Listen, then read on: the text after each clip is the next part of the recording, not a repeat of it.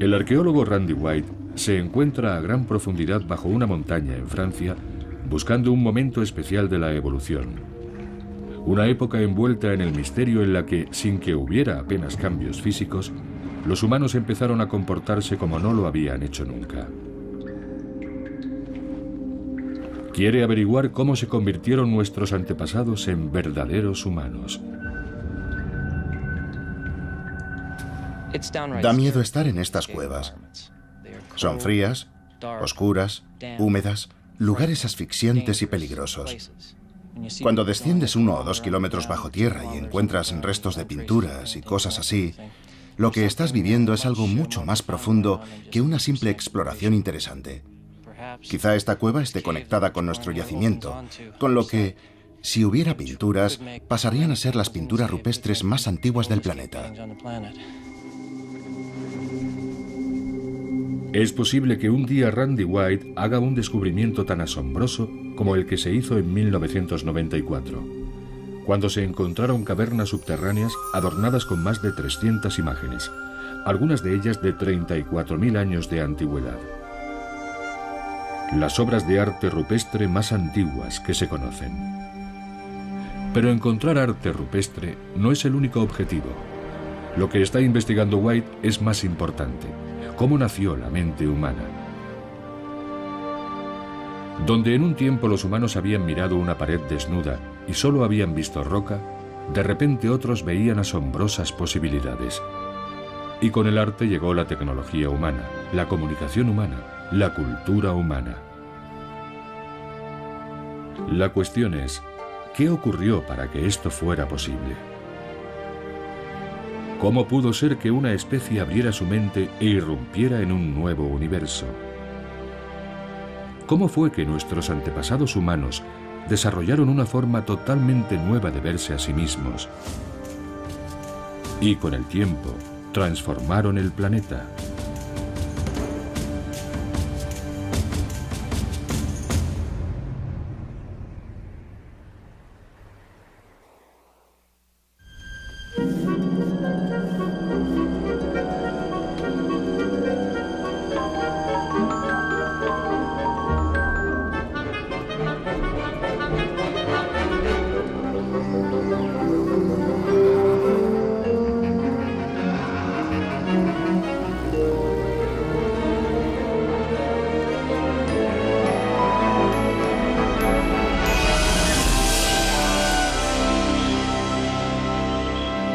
Evolución.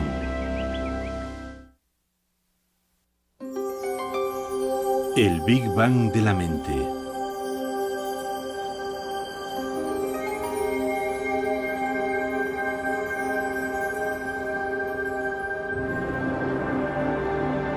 El Valle del Gran Rif, en África Oriental. Aquí fue donde comenzó la historia de la humanidad.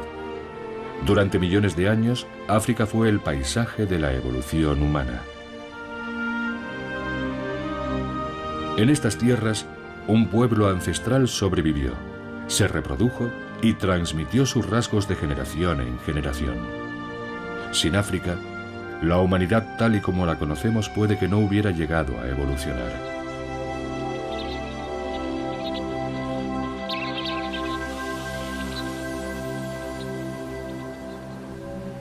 En esta región habitaron en el pasado lejano homínidos que aún no eran verdaderamente humanos.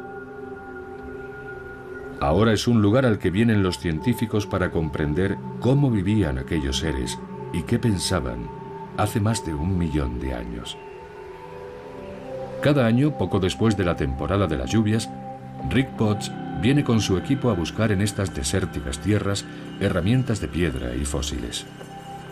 Potts cree que en un tiempo este lugar fue una fábrica de herramientas.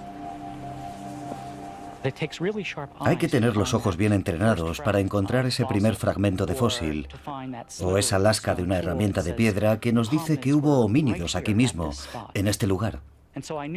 Así supe que estábamos muy cerca de un asentamiento muy antiguo, de casi 1 millón de años de antigüedad, que había dado previamente muchos fósiles de huesos y herramientas de piedra. Vale. Resultó que era un hacha de mano, una de esas herramientas de piedra que hacían nuestros antepasados hace mucho tiempo, cientos de miles de años. Bien. Estos homínidos traían estas piedras de las tierras altas e iban dando golpes a los bordes, desconchándolos y dando forma a la herramienta, y podían agarrarla con la mano, así. La utilizaban para excavar o para sacar lascas que podían utilizar para descuartizar animales. En cierto sentido, esta es la navaja suiza del Paleolítico. Aquí, estos pueblos del Paleolítico o Antigua Edad de Piedra construyeron varios tipos de instrumentos simples repetidamente durante casi 1 millón de años. De hecho, su mente estaba orientada hacia la supervivencia. Tenían la habilidad de construir estas herramientas, lo que para ellos revestía cierta complejidad. Pero el hecho de que siguieran haciéndolas indica que tenían una especie de plantilla mental, una regularidad de pensamiento por la que seguían produciendo estas herramientas una y otra vez. Lo más probable es que no hablaran entre sí, como hacemos nosotros. Y según parece les fue bien con esta sencilla herramienta. Así que utilizaron esto durante 1,5 millones de años, un periodo inmenso de tiempo si pensamos en la actualidad, cuando un programa informático no dura más de un par de años antes de que aparezca una nueva versión o se diversifique. Y con nuestra tecnología pasa lo mismo. No es como funcionaba la tecnología de estos pueblos antiguos hace 1 millón de años. A ellos les faltaba algo que tenemos nosotros, la creatividad, la capacidad de innovar, la diversidad de culturas que caracteriza a nuestra especie. En el árbol de la vida, la evolución humana comienza hace alrededor de 6 millones de años, cuando los homínidos se separaron del antepasado común que compartían con los chimpancés. Descendieron de los árboles hace unos 4 millones de años y entraron en un nuevo mundo. Hace 2,5 millones de años, con una mano modificada, perfeccionaron sus herramientas de piedra y empezaron a depender cada vez más de una dieta de carne. El tamaño de su cerebro aumentó espectacularmente.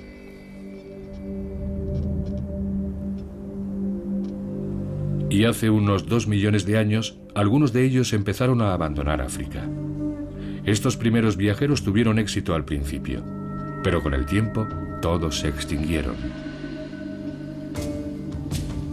No fue hasta hace unos 60.000 años cuando los primeros humanos verdaderamente modernos, nuestros antepasados, empezaron a abandonar África. Eran cazadores-recolectores que buscaban su comida, vivían en pequeños grupos y vagaban por extensos territorios. Pero eran diferentes de sus predecesores. Ellos habían iniciado un modo de vida revolucionario. Este estilo de vida había aparecido después de millones de años a través de los múltiples procesos de la evolución: mutación, selección, adaptación, competición, fracaso, jalonados por éxitos ocasionales. Era una historia de evolución, de cambio a lo largo del tiempo. En esencia no era diferente de las historias de tantas otras especies, pero al final produciría resultados totalmente nuevos para el planeta. El comportamiento cambió radicalmente hace unos 50.000 años. Este cráneo perteneció a alguien que vivió en Israel hace unos 100.000 años. Se podría pensar, ¿Israel es África? En aquel tiempo, en cierto sentido, lo era. Si miramos dónde está Israel ahora, está justo en el borde de África, y en el pasado África era más extensa ecológicamente e Israel era parte de África. Si este cráneo estuviera recubierto de carne, con una ropa adecuada, no notaríamos ninguna diferencia significativa con nosotros. Sería una persona que no nos haría cruzar la calle si la viéramos venir de frente. Y sin embargo, este humano de hace 100.000 años no se comportaba como nosotros. Y aquí tenemos a una persona completamente moderna. Alguien que vivió en África hace menos de 40.000 años. Básicamente es el mismo tipo de cráneo, en esencia tiene el mismo tipo de cerebro. Pero esta persona se comportaba de forma muy diferente de la anterior.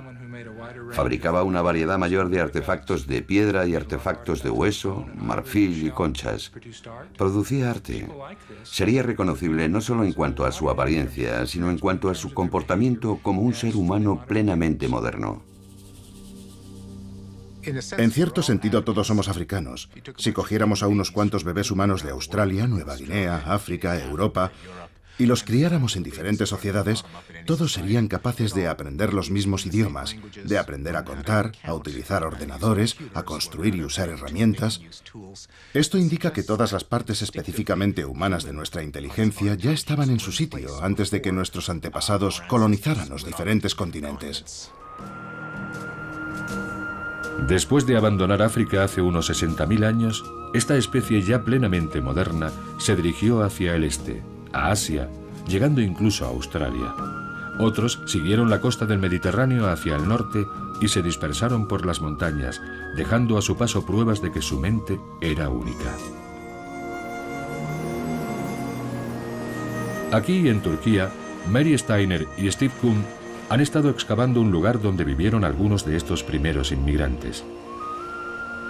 Es una cueva llamada Uchasla, una de las viviendas más antiguas de hombres modernos que se conoce. Ahora mismo estamos en el fondo de la cueva y sabemos que había diferentes actividades que tenían lugar en esta parte de la vivienda. A un nivel un poco superior del que estamos excavando, como aquí, había una estructura, una especie de pared de piedra que delimitaba lo que creemos que era una especie de dormitorio. Un poco más abajo, lo que se ve es esta forma triangular, que es en esencia un cono de desperdicios, así que esto era un basurero. Tenemos este material blanco, que son cenizas, y este sedimento amarillento y ceniciento. Cada punto blanco es un hueso o un artefacto. Esto está repleto de materiales, es un basurero. Puede sonar poco romántico, pero para un arqueólogo es maravilloso. Porque aquí hay mucha información sobre cómo vivía la gente, qué comía, cómo fabricaba sus herramientas. El equipo esperaba encontrar información sobre la vida cotidiana de los humanos de hace 40.000 años. Iban a llevarse una sorpresa. Muy poco después de empezar la excavación, nos dimos cuenta de que teníamos algo realmente extraordinario. En cuanto empezamos a excavar en los sedimentos, empezamos a encontrar montones de ornamentos, sobre todo cuentas de concha, pero había muchas otras cosas. Al principio, cuando los veías parecían dientes, y el corazón me dio un vuelco y pensé, más fósiles humanos. Mira. Otra más. ¿Es un Nasarius? Sí, es un Nasarius. Y tiene el agujerito. Es una de las especies de la zona. Está perforada. Sí, está en muy buenas condiciones. Incluso se ve en parte el color original de la concha. Es tremendamente emocionante, porque nadie había encontrado nada como esto en esta parte del mundo. Así que lo primero que piensas es, ¿en qué me he equivocado? Según iban profundizando en las capas de sedimentos, empezaron a encontrar cuentas de hasta 43.000 años, lo que las convertía en las más antiguas jamás encontradas en todo el mundo. Ahora tenemos casi 1000 ornamentos. La mayoría de ellos cuentas de concha de diferentes especies, pero también cosas como una garra de una gran rapaz, a la que hicieron una muesca para hacer con ella algún tipo de colgante. Siempre seleccionan la misma especie. Este es un animal relativamente poco habitual en las playas, pero que sí se encuentra en la zona. Suelen elegir estos. También se puede ver que alguien los ha perforado artificialmente para poder colgarlos. Por primera vez en el Paleolítico Superior, a los humanos les parece necesario expresar algo sobre sí mismos utilizando objetos hechos con materiales duraderos.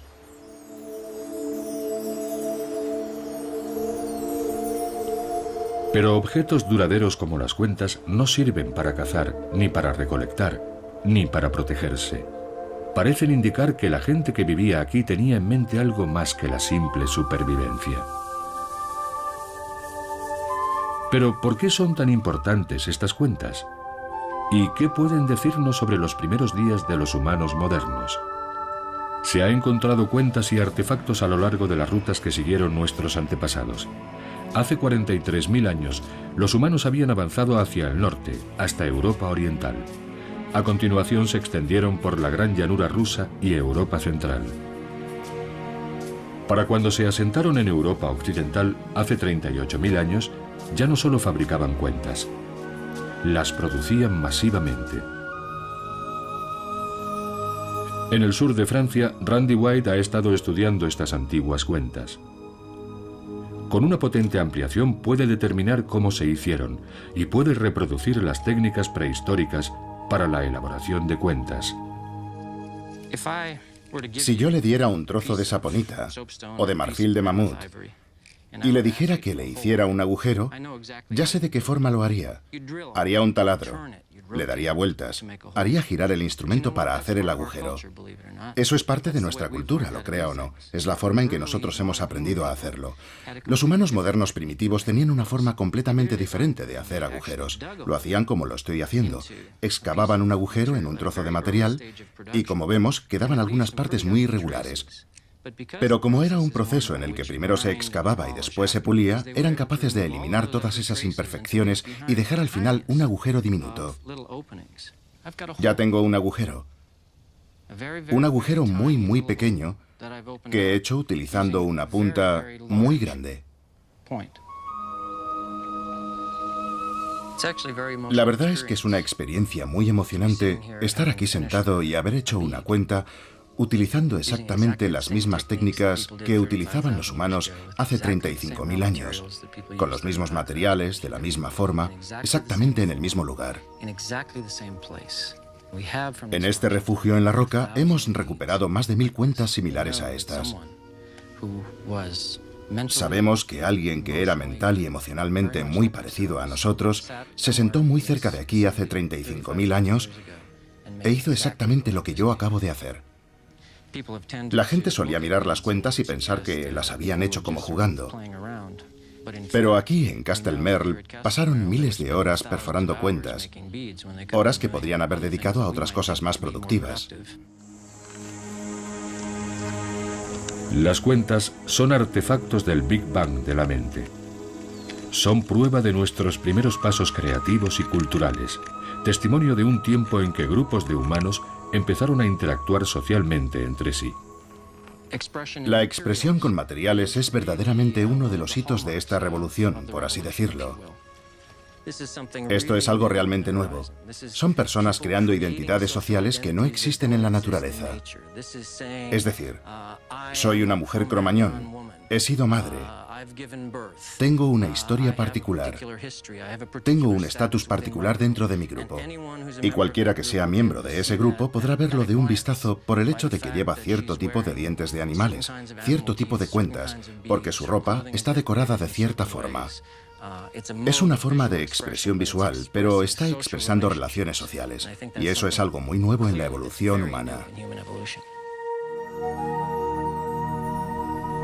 Humanos utilizando tecnologías al servicio de su identidad social.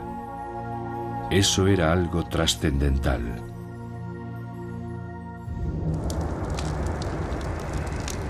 El nacimiento de la mente humana se produjo en África y dejó su marca en lugares tan lejanos como Australia. Pero donde la evidencia es más abundante es en Europa. Fue aquí donde estos humanos encontraron a otra especie de homínidos, una especie casi idéntica a ellos, pero no del todo. Y fue esta sutil diferencia la que influyó en los supervivientes. Llamamos a estos antiguos europeos neandertales. Comparados con nosotros, eran enormes. Encontrarse cara a cara con un neandertal debía de ser una experiencia impresionante.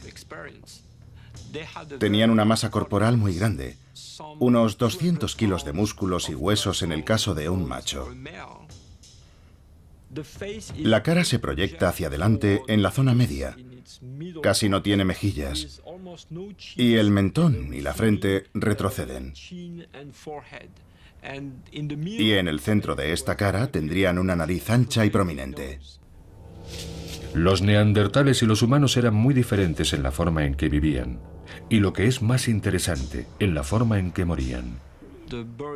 En el enterramiento de la Ferrasí podemos ver el cuerpo de un neandertal macho tendido de lado en una fosa, y eso es todo. Y por ahora tenemos muy pocas evidencias de enterramientos de neandertales con algún tipo de construcción u organización compleja. Los neandertales no muestran muchos signos de vida simbólica. De hecho, no hemos encontrado ningún tipo de arte o símbolos o imágenes que utilizaran los neandertales. En cambio, los humanos modernos parecen haber tratado a sus muertos con extremo cuidado. En el permafrost ruso se encontró a este hombre enterrado vestido, adornado con miles de cuentas cuidadosamente trabajadas.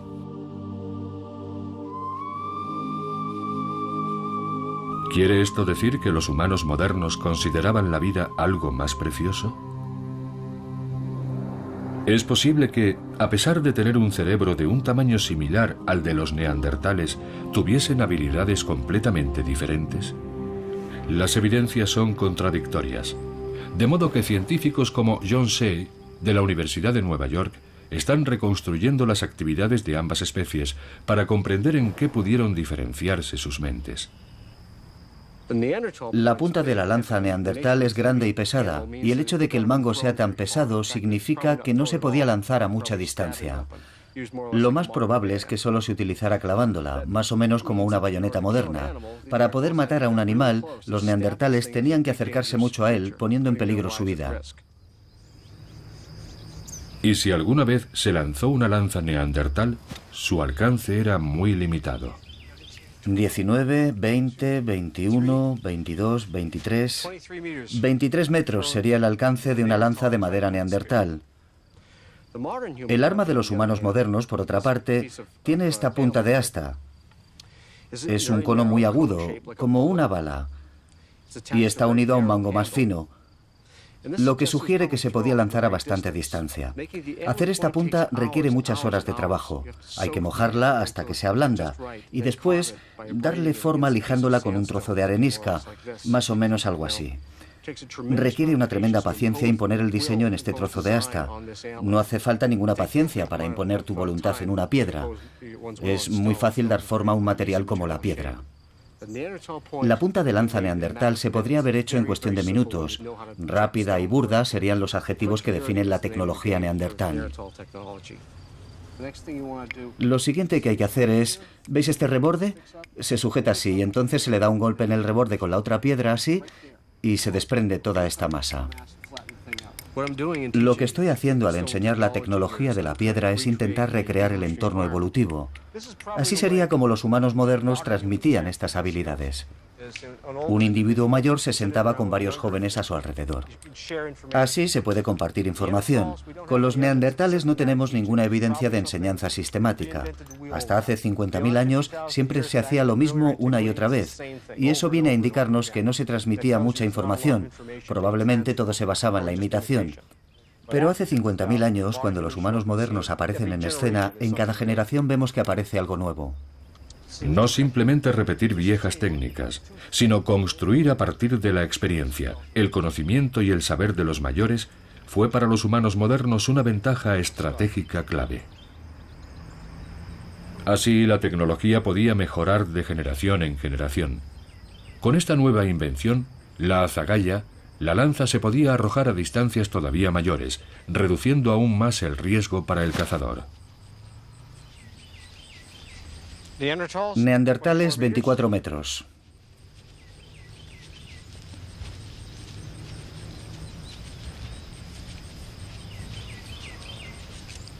Y 42 metros. Ventaja para los humanos modernos. Los avances tecnológicos dicen mucho sobre la nueva capacidad de los humanos para transmitir información a grandes distancias y a través del tiempo. Estas imágenes son una forma de comunicarse con otras personas sin que estén presentes en el mismo momento. Pueden estar muy lejos o pueden estar en un futuro lejano. Y esto es lo que al parecer los neandertales no sabían hacer. Los fósiles nos cuentan que los neandertales vivían en grupos pequeños y aislados, normalmente sin contacto con otros neandertales. Por alguna razón, cuando ya no podían sobrevivir en algún lugar, se trasladaban a otro. Pero la imagen que tenemos de los humanos modernos del Paleolítico superior en Europa es muy diferente. Para los humanos modernos, el arte portátil pudo servir como un medio de comunicación. Algunas piezas viajaron cientos de kilómetros desde los lugares donde habían sido creadas. Es muy evidente que estas gentes formaban parte de redes que hacían intercambios a larga distancia. Pertenecían a una gran entidad cultural, y es muy probable que los neandertales no tuvieran nada parecido.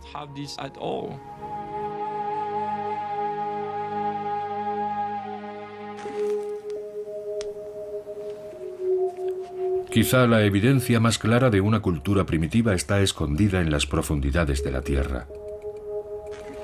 Aunque no podemos saber exactamente por qué los humanos pintaban en estas cavernas, ahora podemos imaginar cómo lo hacían. El arqueólogo Michel Lorblanchet ha estudiado las técnicas del arte rupestre y cree que algunas imágenes fueron realizadas con una técnica que él llama pintura escupida. La pintura escupida debió de tener un significado simbólico muy importante. Mediante la experimentación ha podido reproducir esta técnica de los primeros artistas. Mezclando pigmentos con la saliva, cree que conseguían una mezcla que fijaba los colores, de modo que se mantenían mucho tiempo después de haber desaparecido el artista. No se parece en nada a la pintura al óleo, es muy diferente.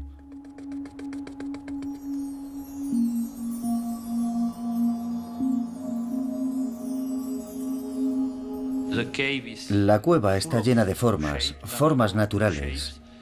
La cueva es excepcional, es muy hermosa.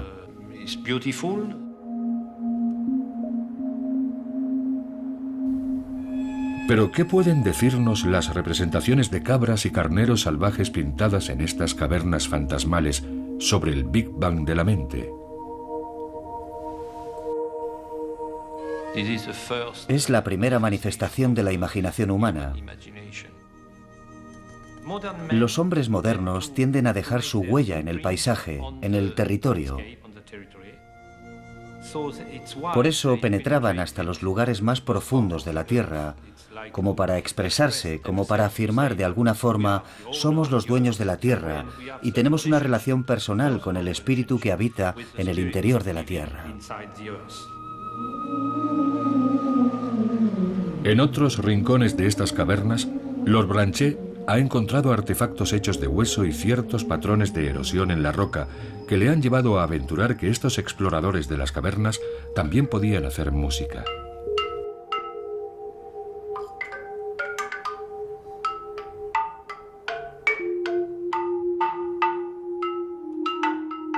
Aquí tengo la sensación de estar en una catedral, en una gran catedral, una importante.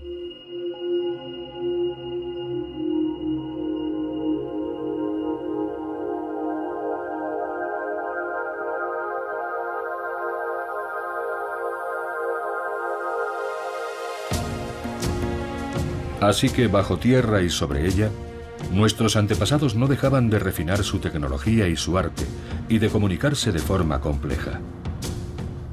Y parece que estos cambios ocurrieron rápidamente. Pero, ¿cómo pudo ocurrir? Creo que hubo un cambio genético que hizo que el cerebro humano moderno se desarrollara y tuviera esa capacidad de innovar e inventar, característica de los humanos modernos. Si aceptamos la idea de que hubo un cambio neurológico hace 50.000 años, sería la última de una larga serie de mutaciones sobre las que operó la selección natural para producir la especie humana tal y como la entendemos hoy en día. Es muy probable que esos cambios en el cerebro no se produjeran de un día para otro. No hubo una mutación mágica que nos permitió hablar, caminar erguidos, cooperar unos con otros y entender cómo funciona el mundo. La evolución no funciona de esa forma. Lo más probable es que hubiera muchas mutaciones diferentes a lo largo de decenas, puede que de cientos de miles de años, que fueron esculpiendo nuestro cerebro para darle todos los magníficos poderes que tiene en la actualidad. La organización del comportamiento se produce al nivel de las células nerviosas y sus conexiones. Tenemos 100.000 millones de células nerviosas y puede que unos 100 billones de conexiones. Y gran parte de nuestra evolución consiste no solo en tener un cerebro cada vez más grande, sino en cablearlo de la forma adecuada para que soporte la inteligencia. De modo que quizá no fue el tamaño del cerebro humano, sino sus conexiones, lo que nos permitió adquirir nuevas habilidades. Según Richard Wrangham, una de esas habilidades es la capacidad de llevar una vida social compleja. Aquí, en África Oriental, los chimpancés nos muestran cómo pudimos interactuar entre nosotros antes del Big Bang de la mente.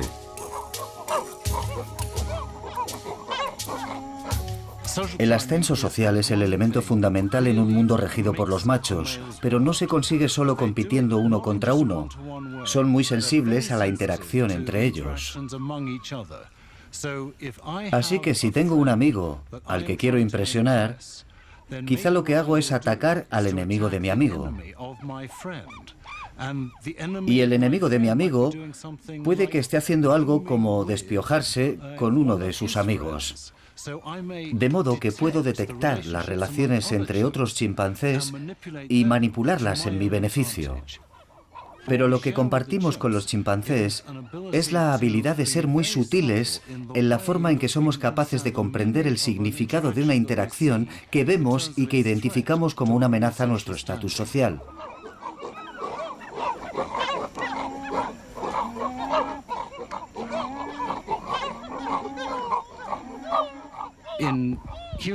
Entre los humanos, decimos unas palabras al padre de un adolescente que se comporta mal, y de repente puedes controlar su comportamiento. Pero eso no pasa con los chimpancés.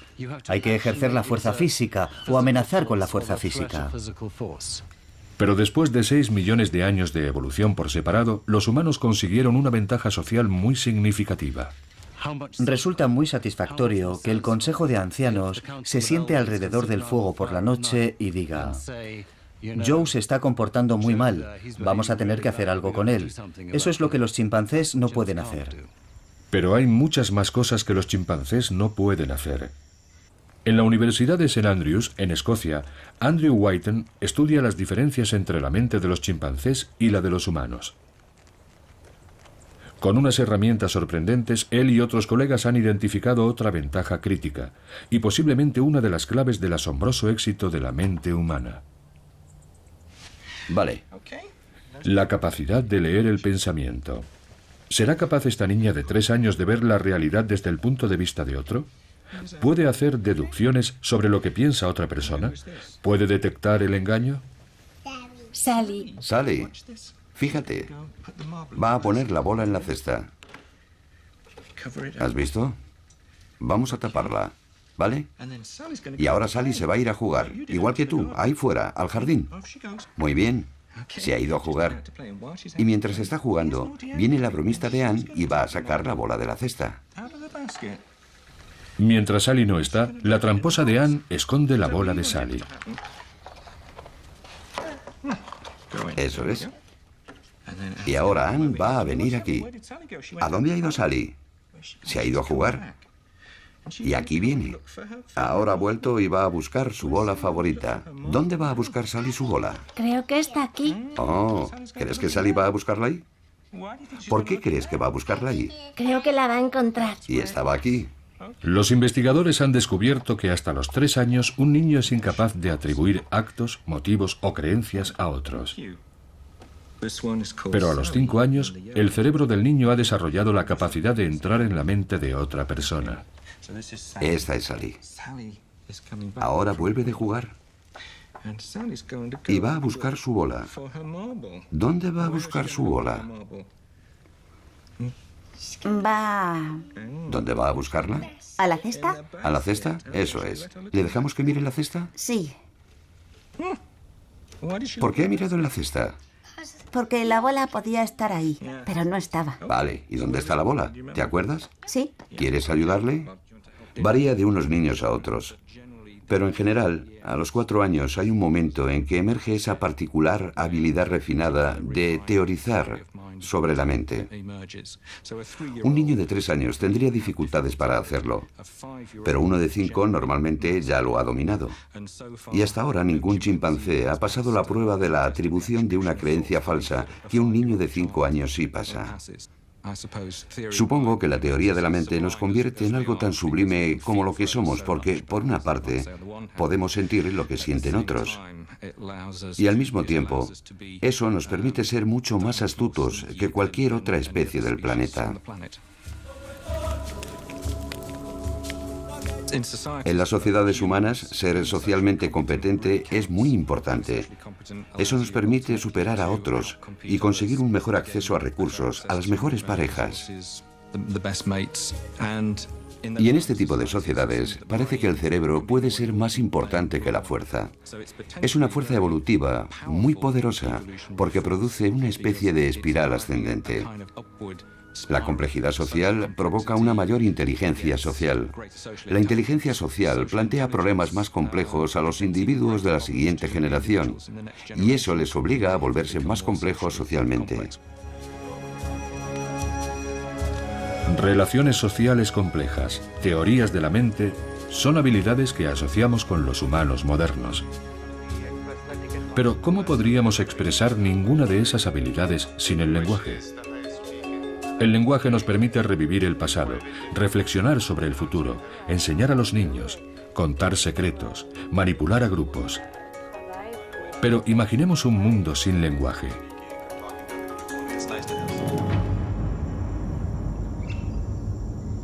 Nicaragua, América Central.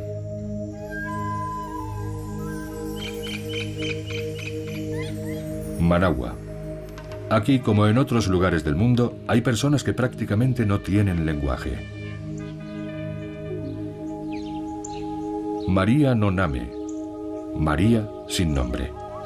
Sorda de nacimiento, ha vivido aislada toda su vida, tanto de las personas que podían ayudarle como de otros que comparten su discapacidad. Su amiga, la lingüista Judy Kerr, comprende la profundidad de su aislamiento. Las dos pueden comunicarse a un nivel básico, con gestos simples y primitivos.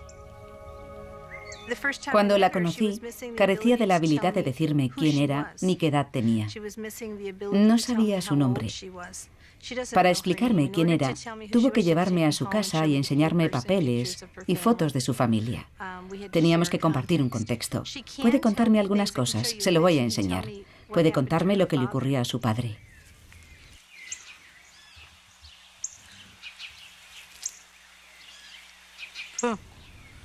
Le he preguntado sobre la muerte de su padre y me ha dicho 3. Lo que significaba 3 es que le habían disparado 3 veces. Esto lo sé porque estuve trabajando con la otra persona que sabe el lenguaje de signos y que me dijo que le habían pegado 3 tiros, y así fue como murió su padre. ¿Verdad? Sí.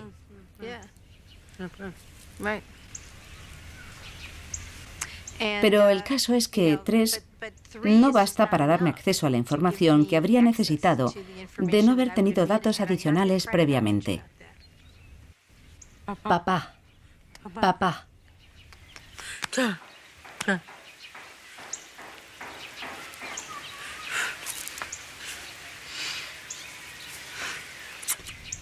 Vale. Lo que está diciendo es, tuve una hija que se fue, se casó y eso fue todo. Ya no volvió. Tuve un hijo que se fue y no volví a saber de él. Y eso es todo. Estoy sola, esa es mi vida. Podía aprender un lenguaje. El problema fue que no tuvo acceso al lenguaje en el periodo crítico. Y esa ventana crítica para aprender el lenguaje, como lo hemos aprendido nosotros, se cerró. Esa ventana del lenguaje permanece abierta hasta que cumplimos 7 años. Entonces empieza a cerrarse lentamente según avanzamos hacia la pubertad. Hasta los años 80 muchos nicaragüenses sordos eran como María sin nombre. No habían aprovechado la ventana del lenguaje porque nunca se habían encontrado con otros que compartieran su discapacidad. Pero en 1980, después de la Revolución Sandinista, el nuevo gobierno intentó ayudar a los sordos a mejorar sus condiciones de vida y llevaron a los niños sordos de las aldeas a Managua para terminar con su aislamiento. Aquí los educadores intentaron enseñarles el lenguaje de signos existente, pero sus esfuerzos fracasaron. Los niños no mostraban ningún interés por aprender un lenguaje que se les intentaba imponer. Sin embargo, empezaron a comunicarse a su manera.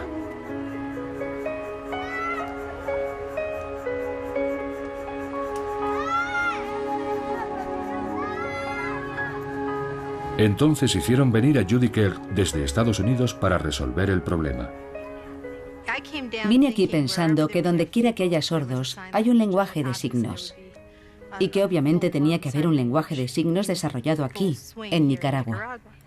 Y les dije, bueno, puedo intentar aprender su lenguaje de signos si eso es lo que queréis y ayudaros a aprenderlo. Y me dijeron, no, tienen un lenguaje de signos. Hacen gestos mímicos. Y me señalaron a un grupo de niños y me dijeron, nos gustaría saber de qué están hablando. Resultó que estaban hablando de mucho más de lo que nadie hubiera podido imaginar. Kegel había llegado a Nicaragua poco después del nacimiento de un nuevo lenguaje. El lenguaje requiere compañía. El lenguaje requiere una comunidad. El lenguaje necesita, por así decirlo, un estímulo.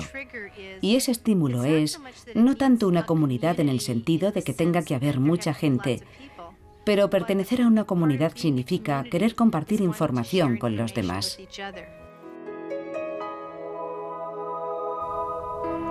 ¿Podría asemejarse este momento a lo que ocurrió hace aproximadamente 50.000 años? ¿El punto de inflexión que desencadenó la explosión de la creatividad humana?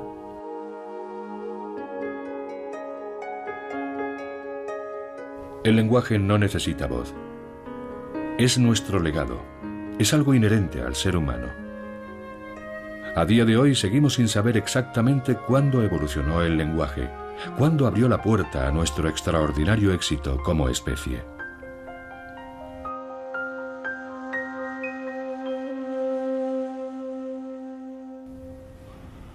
Esto es un verbo que se repite. Pero el lenguaje, todos los lenguajes, dependen de unas normas estrictas, todas ellas familiares. Ahora pasa a adoptar el rol del hombre que mira al pájaro. Y ahora el hombre se cae de la montaña, medio soñando que va a volar como un pájaro. Mientras que muchas especies pueden comunicarse, incluso vocalizar, solo los lenguajes humanos se guían por reglas complejas. Cada uno de los 6.300 lenguajes de nuestro mundo las tiene. Es lo que llamamos sintaxis. En su aislamiento, María sin nombre nunca llegó a aprender una sintaxis, pero en el lenguaje de los niños es algo normal. La sintaxis no es la serie de reglas que aprendiste en lengua en tercer curso y que tuviste que memorizar para hablar tu idioma correctamente. La sintaxis, o las normas que rigen el lenguaje, son algo que compartimos todos los humanos. Y eso es por el hecho de que compartimos un mismo cerebro humano.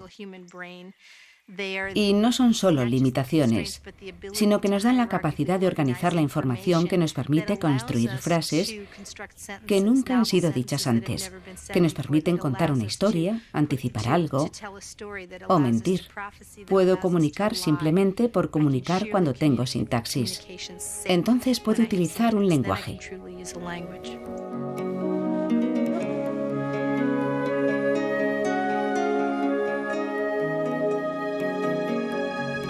Y los mejor dotados con las herramientas del lenguaje pudieron ser los que prosperaron, según Richard Dawkins. No sabemos cuándo apareció el lenguaje, pero tan pronto como apareció, proporcionó un entorno en el que aquellos individuos que estaban mejor preparados genéticamente para medrar, sobrevivir y triunfar en un entorno dominado por el lenguaje, fueron los que tenían más descendencia. Y eso provocó en nuestros antepasados un aumento de la capacidad para utilizar el lenguaje.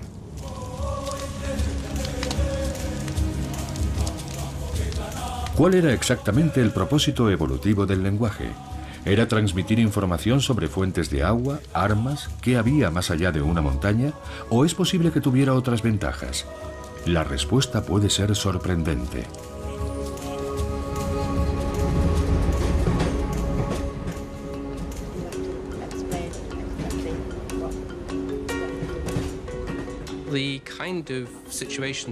Las situaciones que buscamos para estudiar el lenguaje son las que se dan en lugares naturales, donde uno podría tener una conversación muy informal y relajada con un amigo. Así que empezamos a fijarnos en lugares como bares, trenes, cualquier sitio donde mantendríamos una conversación natural y cotidiana. Robin Dunbar es un fisgón. Escucha las conversaciones de otras personas para determinar de qué habla la gente realmente. Creo que la idea convencional de todos aquellos que trabajan sobre el lenguaje, lingüistas y demás, es que el lenguaje consiste en la transmisión de información técnicamente compleja. Es lo que yo llamo la versión de Einstein y Shakespeare del lenguaje. Y la respuesta es no, en absoluto. Si sales a la calle y empiezas a escuchar de qué habla la gente de forma cotidiana, en sus casas, en la calle, hablan de relaciones sociales. Lo que más nos sorprendió fue el tiempo que dedica la gente al cotilleo social, podríamos llamarlo. No nos esperábamos que fuese tanto tiempo. Es comprensible que el intercambio social de información sea importante en la vida de la gente, pero no esperábamos que ocupara más de 1/3 del tiempo total de conversación, y resulta que estamos en 2/3. Robin Dunbar piensa que 2/3 del tiempo que pasamos conversando los dedicamos al cotilleo. A lo largo de la evolución humana, es posible que la naturaleza haya seleccionado no solo a los más fuertes, sino a los que tenían mayores habilidades sociales. Lo que hace el lenguaje en realidad es permitirnos mantener unidos a grandes grupos. Es como abrir una ventana de oportunidad. De repente hay una gran cantidad de cosas que podemos hacer con él.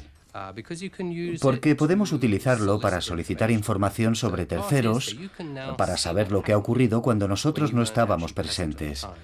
Y el problema de todos los monos y los simios es que lo que no han visto nunca lo sabrán.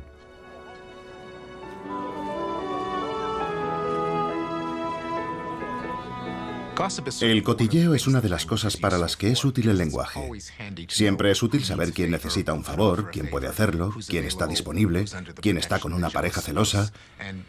Y ser el primero que se entera de un cotilleo es como utilizar información privilegiada. Puedes aprovechar una oportunidad antes que nadie. Pero el lenguaje es útil para intercambiar conocimientos técnicos. ¿Cómo se extrae veneno de una glándula de una rana? ¿Cuál es la mejor forma de hacer una lanza? ¿Dónde hay más bayas? ¿Cuál es la mejor época para cazar? Y es bueno para la negociación. Si me das parte de tu carne, yo te doy parte de mi fruta.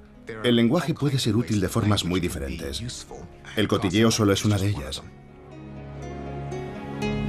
El lenguaje, la fuerza que creó la cultura humana moderna y que hoy nos dice quiénes somos, de dónde venimos y a dónde vamos. El lenguaje, de acuerdo con Richard Dawkins, también es fundamental en una nueva y poderosa fuerza evolutiva.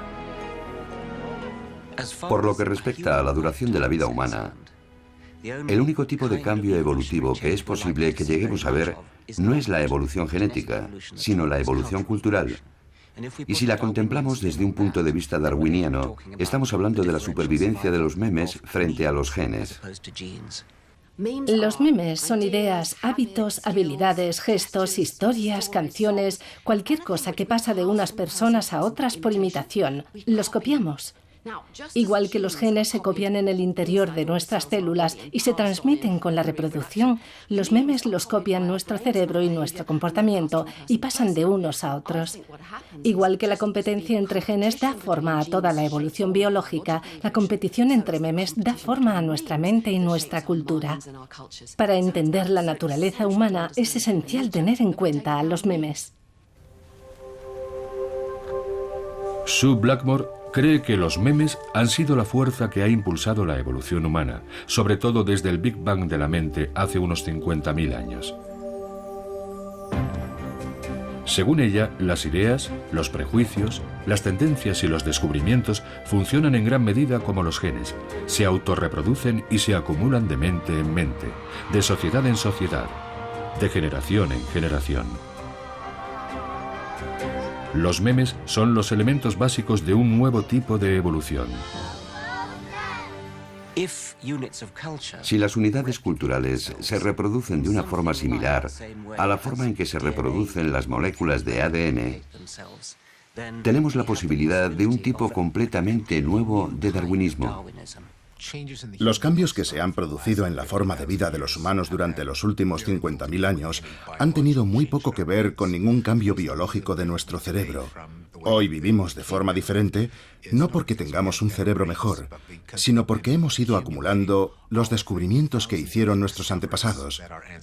Y contamos con la ventaja de una inmensa historia de inventos que nos comunicamos no genéticamente, sino a través del lenguaje, a través de documentos, a través de costumbres. Los memes pueden ser más que modas pasajeras, pueden ser grandes hitos, pueden modificar el mundo, revolucionar la vida, incluso suprimir las fuerzas de la evolución biológica. Pensemos en la insulina, uno de esos memes que ya cuenta con 80 años de edad. Antes de la insulina, los diabéticos no tenían esperanzas de vivir. Se consideraba una enfermedad mortal. Probablemente yo no estaría aquí sin la insulina. Ha sido un avance enorme. A mí, como diabético, me ha permitido vivir. Jared tiene 14 años y está haciendo una excursión a pie de una semana con otros que comparten su enfermedad, la diabetes juvenil. Una actividad como esta puede no parecer nada extraordinario, pero lo es. Al hacer ejercicio, el nivel de azúcar de un diabético puede descender peligrosamente. 231. Normalmente eso es bastante alto, pero durante la marcha intentamos mantener el azúcar en sangre alto por si baja. Y es mejor estar seguros de que tenemos suficiente azúcar, porque estamos haciendo mucho ejercicio. Jared puede controlar su enfermedad gracias a un aparato que le suministra insulina en el momento en que la necesita. Esto puede parecer algo normal hoy en día. Pero antes de los años 20, una persona como Jared habría muerto en la primera infancia, sin llegar a alcanzar la edad de reproducción, y sin haber podido transmitir sus genes.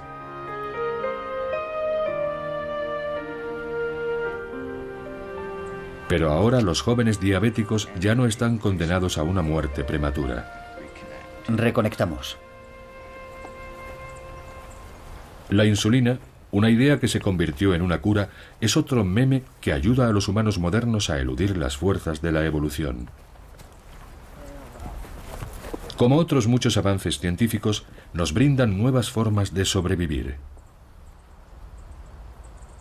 Muchas creaciones del cerebro pueden compensar deficiencias físicas y cambiar el curso de la evolución. Hace miles de años, una persona con una miopía elevada no habría tenido muchos descendientes y habría sido devorada o se habría caído por un barranco. Pero inventamos las gafas y ahora ser miope no supone ningún problema. Habrá quien pueda decir, bueno, ¿y eso no es interferir con la evolución? ¿No sería mejor dejar que los diabéticos y los miopes murieran para mejorar la calidad física de la especie? Eso va en contra de la forma en que funciona la evolución humana, y es por lo que desde hace decenas de miles de años nuestra supervivencia ha dependido de nuestros inventos, y esto es simplemente una extensión de ese proceso. Nuestra rebelión contra la evolución biológica ha adoptado muchas formas. Podemos llamarlo cultura, o memes, o evolución memética. Pero nos convierte a cada uno de nosotros en el mejor superviviente de este planeta hasta ahora. Hoy en día, yo diría que la evolución memética va cada vez más rápido y casi ha sustituido a la evolución biológica. No totalmente, porque las dos siguen yendo de la mano. Por ejemplo, el control de la natalidad, los memes de la píldora, los preservativos, todas esas cosas tienen un efecto en los genes. Cambian espectacularmente en todo el planeta. ¿Qué genes se transmiten y cuáles no? Cuanto más educadas son las personas, menos hijos tienen. Ahí están los memes luchando contra los genes. Y lo que también está pasando ahora es que los memes se han hecho de repente con un nuevo medio, Internet. Pensábamos que habíamos creado Internet para nuestro beneficio, pero en realidad si observas cualquier oficina ves a todo el mundo ahí sentado esclavizado por los memes. Hola, ha entrado un fax, sí, un email. Todo va muy deprisa. Yo diría que es la consecuencia inevitable del proceso evolutivo memético. Los memes se están volviendo cada vez mejores y más rápidos y están creando mejores mecanismos de copia para autorreproducirse. Y no sé dónde nos deja eso a nosotros en el futuro.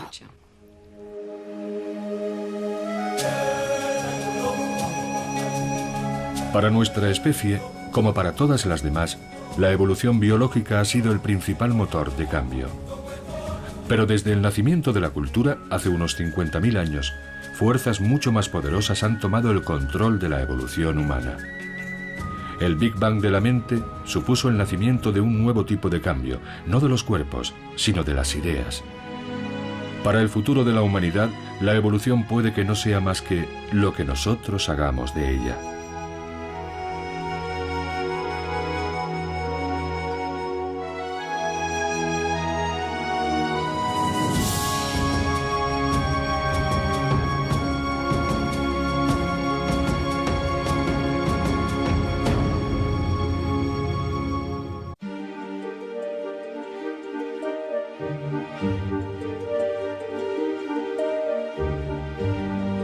Que se hizo en 1994, cuando se encontraron cavernas subterráneas adornadas con más de 300 imágenes, algunas de ellas de 34.000 años de antigüedad. Las obras de arte rupestre más antiguas que se conocen. Pero encontrar arte rupestre no es el único objetivo. Lo que está investigando White es más importante: cómo nació la mente humana. Donde en un tiempo los humanos habían mirado una pared desnuda y solo habían visto roca, de repente otros veían asombrosas posibilidades. Y con el arte llegó la tecnología humana, la comunicación humana, la cultura humana. La cuestión es, ¿qué ocurrió para que esto fuera posible? ¿Cómo pudo ser que una especie abriera su mente e irrumpiera en un nuevo universo? ¿Cómo fue que nuestros antepasados humanos desarrollaron una forma totalmente nueva de verse a sí mismos? Y con el tiempo, transformaron el planeta.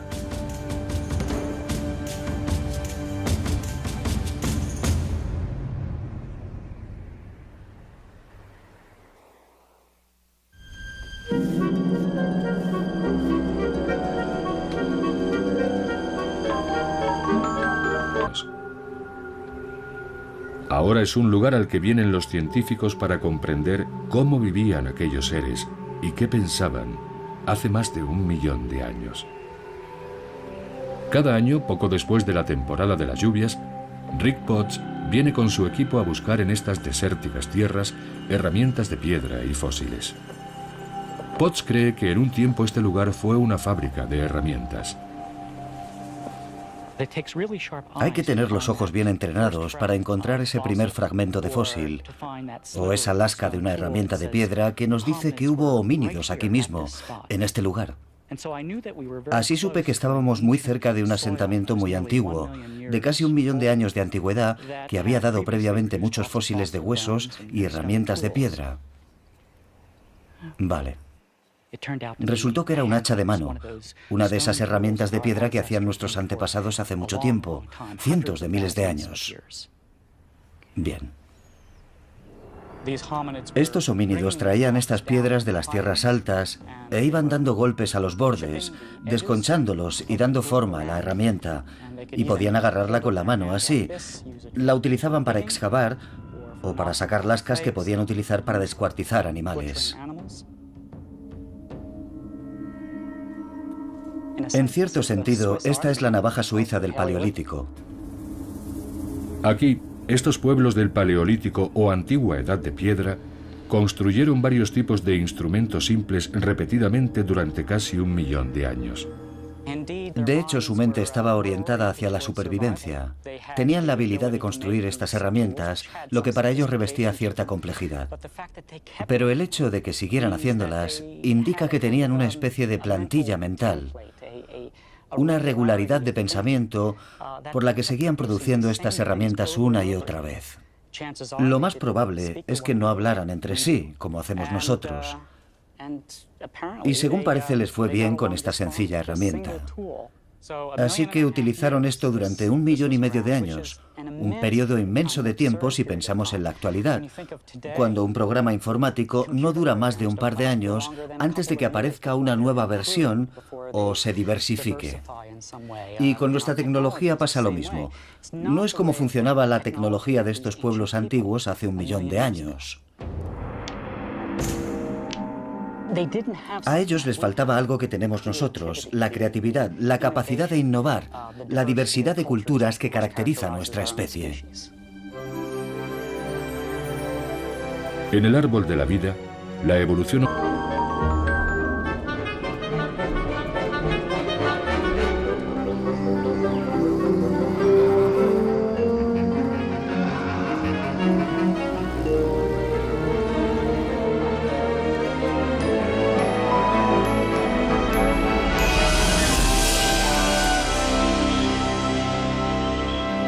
Evolución.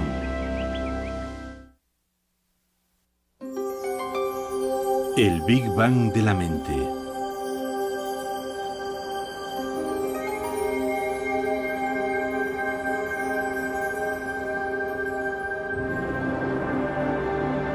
El Valle del Gran Rift, en África Oriental.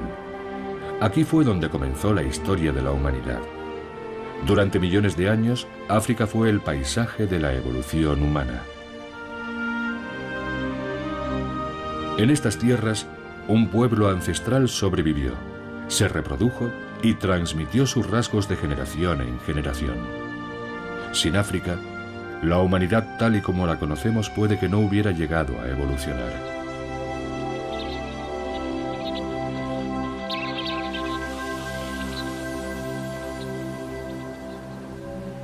En esta región habitaron en el pasado lejano homínidos que aún no eran verdaderamente humanos.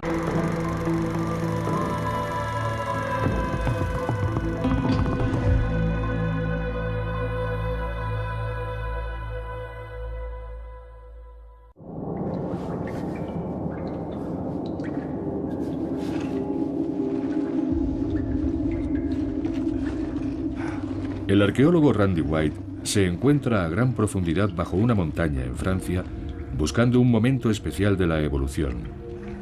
Una época envuelta en el misterio en la que, sin que hubiera apenas cambios físicos, los humanos empezaron a comportarse como no lo habían hecho nunca. Quiere averiguar cómo se convirtieron nuestros antepasados en verdaderos humanos. Da miedo estar en estas cuevas. Son frías, oscuras, húmedas, lugares asfixiantes y peligrosos. Cuando desciendes 1 o 2 kilómetros bajo tierra y encuentras restos de pinturas y cosas así, lo que estás viviendo es algo mucho más profundo que una simple exploración interesante. Quizá esta cueva esté conectada con nuestro yacimiento, con lo que, si hubiera pinturas, pasarían a ser las pinturas rupestres más antiguas del planeta. Es posible que un día Randy White haga un descubrimiento tan asombroso como el que